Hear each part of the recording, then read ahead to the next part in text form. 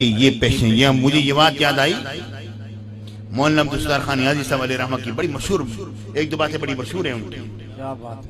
مدینہ منورہ میں جب وہ پہنچے ماشاءاللہ کیا سجیلے جوان تھے، آگے ترہ اس طرح لگا ہوا ہوتا تھا، ٹھیک ہے۔ ایک شخص نے جب دیکھا ان کو کہنے لگے نیازی صاحب یہاں پر بانٹا ہے رسالت میں یہ ترہ اس اکڑ کے ساتھ آئے ہیں؟ نیازی صاحب فرمانے لگے ہاں یہی بارگاہ رسالت میں اس ترے کو لے کر آیا ہوں۔ کیوں لے کر آیا ہوں؟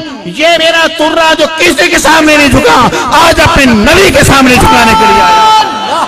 نعرہ تکبیر، نعرہ رسالت، نعرہ خلافت، نعرہ حیدری، شہزادہ حضور غزالی زمان۔ کیا بات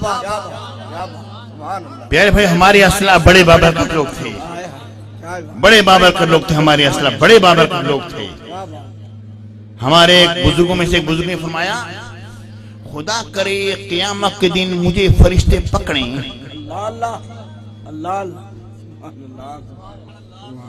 خدا کرے قیامت کے دن مجھے فرشتے پکڑیں۔ لوگوں نے کہا حضور کیسی بات کرتے ہیں، فرشتے چھوڑیں یا پکڑیں؟ کہ نہیں پکڑیں تاکہ حضور چھڑائیں۔ پکڑنے کا وہ خوف نہیں ہے جو چھڑانے کی لذت ہے۔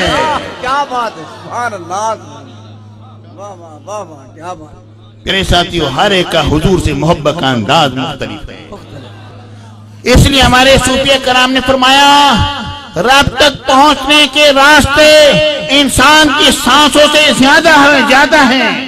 ہر عارف کا راستہ دوسری عارف کے راستے سے مختلف ہے۔